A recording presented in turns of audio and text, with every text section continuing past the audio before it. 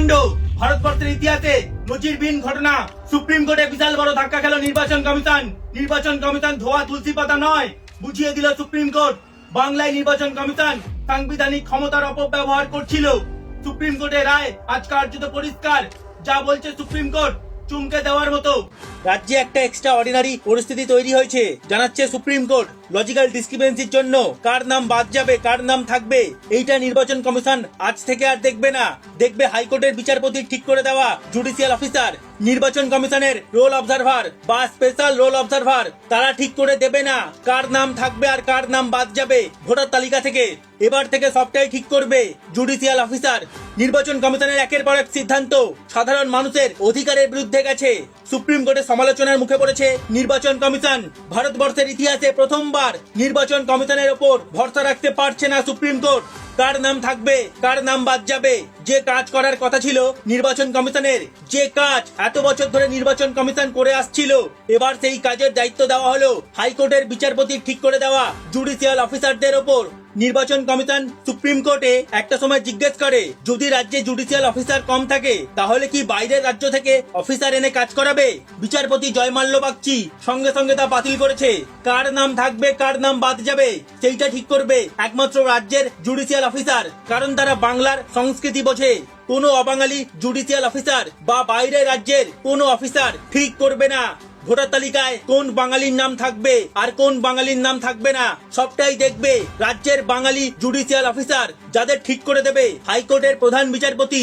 Supreme কোর্টে বিশাল বড় ধাক্কা খেল নির্বাচন কমিশন। সুপ্রিম কোর্ট জানাচ্ছে, সংবিধানে মানুষের অধিকার সবচেয়ে বড় অধিকার। মানুষের অধিকার যাতে একটুও খর্ব না হয় সেইটা নিশ্চিত করবে সুপ্রিম কোর্ট। নির্বাচন কমিশন নিজের ইচ্ছা মতো যা খুশি তাই করতে পারে না। সাংবিধানিক ক্ষমতার জোরে নির্বাচন কমিশন মনমানি করতে পারে না। রাজ্য সরকারের পরামর্শ নিতে হবে, যেটা এতদিন নিচ্ছিল না নির্বাচন কমিশন। সুপ্রিম কোর্টের নজিরবিহীন রায়। কয়েকদিন আগেই অভিষেক বন্দ্যোপাধ্যায় একটি হোয়াটসঅ্যাপ চ্যাট সামনে আনে, যেখানে দেখতে পাওয়া যায় নির্বাচন কমিশনের রোল অবজারভার কোন ডকুমেন্ট গ্রহণ করা হবে, কোন ডকুমেন্ট গ্রহণ করা হবে না তার নির্দেশ হোয়াটসঅ্যাপে দিচ্ছে, যেটা সুপ্রিম কোর্ট আগেই বারণ করেছিল। সেই ঘটনা নিয়েও অসন্তুষ্ট হয়েছে সুপ্রিম কোর্ট। তারপরেই এইরকম নজিরবিহীন রায়। লজিক্যাল ডিসক্রিপেন্সি তালিকায় থাকা কার নাম থাকবে, কার নাম বাদ যাবে সেই সমস্ত খতিয়ে দেখবে জুডিশিয়াল অফিসার। সুপ্রিম কোর্ট বলছে, ডিস্ট্রিক্ট জাজ এবং অ্যাডিশনাল ডিস্ট্রিক্ট জাজকে নিয়োগ করবে হাইকোর্টের বিচারপতি, যাদের পরামর্শ দেওয়ার জন্য আবার নিয়োগ করা হবে অবসরপ্রাপ্ত বিচারপতিদের। রাজ্যের মুখ্য নির্বাচনী আধিকারিক মনোজ আগরওয়াল, চিফ সেক্রেটারি নন্দিনী চক্রবর্তী এবং রাজ্যের ডিজিপি কে নিয়ে বৈঠক করবে হাইকোর্টের প্রধান বিচারপতি, এবং সেখানেই সিদ্ধান্ত নেওয়া হবে জুডিশিয়াল অফিসার হিসেবে কাদের নিয়োগ করা হবে। এসআইআর কে নিয়ে রাজ্যের বেশ কিছু জায়গায় বিক্ষিপ্ত অশান্তি হয়েছে। রাজ্যের ডিজিপি কে আরো কার্যকারী ভূমিকা নিতে বলেছে সুপ্রিম কোর্ট। নির্বাচন কমিশনের ওপর ভরসা রাখতে পারছে না সুপ্রিম কোর্ট। হাইকোর্টের প্রধান বিচারপতির ঠিক করে দেওয়া জুডিশিয়াল অফিসাররা যে সিদ্ধান্ত নেবে লজিক্যাল ডিসক্রিপেন্সি তালিকায় কার নাম থাকবে, কার নাম থাকবে না, কার নাম বাদ যাবে, কার নামকে অন্তর্ভুক্তি করতে হবে, সবটাই সিদ্ধান্ত নেবে জুডিশিয়াল অফিসার। সেটাই হবে সুপ্রিম কোর্টের সিদ্ধান্ত, এমনটাই জানাচ্ছে সুপ্রিম কোর্ট। সুপ্রিম কোর্টে সমালোচনার মুখে পড়েছে বাংলায় নির্বাচন কমিশনের ভূমিকা। ভারতবর্ষের ইলেকটোরাল রিফর্মসের আজকে ইতিহাস তৈরি হলো।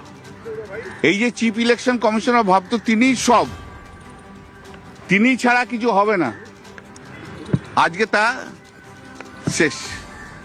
সুপ্রিম কোর্ট কথাও বলেছে যে ভারতবর্ষের সংবিধানের মানুষের অধিকার হচ্ছে সবচেয়ে বড় অধিকার। সুপ্রিম কোর্টের এই রায়ে তৃণমূলের মুখের হাসি চওড়া হয়েছে। কয়েকদিন আগে মমতা বন্দ্যোপাধ্যায় সুপ্রিম কোর্টে গিয়েছিলেন। ভারতবর্ষের প্রথম সিটিং চিফ মিনিস্টার হিসেবে সুপ্রিম কোর্টে নজির সৃষ্টি করেছিলেন মমতা বন্দ্যোপাধ্যায়। সুপ্রিম কোর্টে লজিক্যাল ডিসক্রিপেন্সি থেকে শুরু করে একের পর এক বিষয় যে দাবি করেছিলেন, যে বক্তব্য রেখেছিলেন, আজ কার্যত সেই দাবিকেই মান্যতা দিল সুপ্রিম কোর্ট। আমরা টিএন সেশনের মতো নির্বাচন কমিশনারকে দেখেছি, যিনি কেন্দ্র সরকারের চোখে চোখ রেখে নিরপেক্ষভাবে কাজ করেছিলেন, ভারতবর্ষের বুকে নজির সৃষ্টি করেছিলেন। আর বর্তমানে যিনি নির্বাচন কমিশনার আছেন সেই জ্ঞানেশ কুমার একটা সময় অমিত শাহের দপ্তরে চাকরি করতেন। তার নিরপেক্ষতা নিয়ে বহুদিন ধরেই প্রশ্ন উঠছিল। আজকে সুপ্রিম কোর্টের রায় কার্যত পরিষ্কার। বাংলায় নির্বাচন কমিশনের ভূমিকা বেশ সন্দেহজনক। নির্বাচন কমিশন কি বাংলায় কারোর সুবিধা করে দিচ্ছে, কোন একটি নির্দিষ্ট দলের দাবেদারি করছে? এ বিষয়ে আপনি কি মনে করেন অবশ্যই কমেন্ট করে জানাবেন।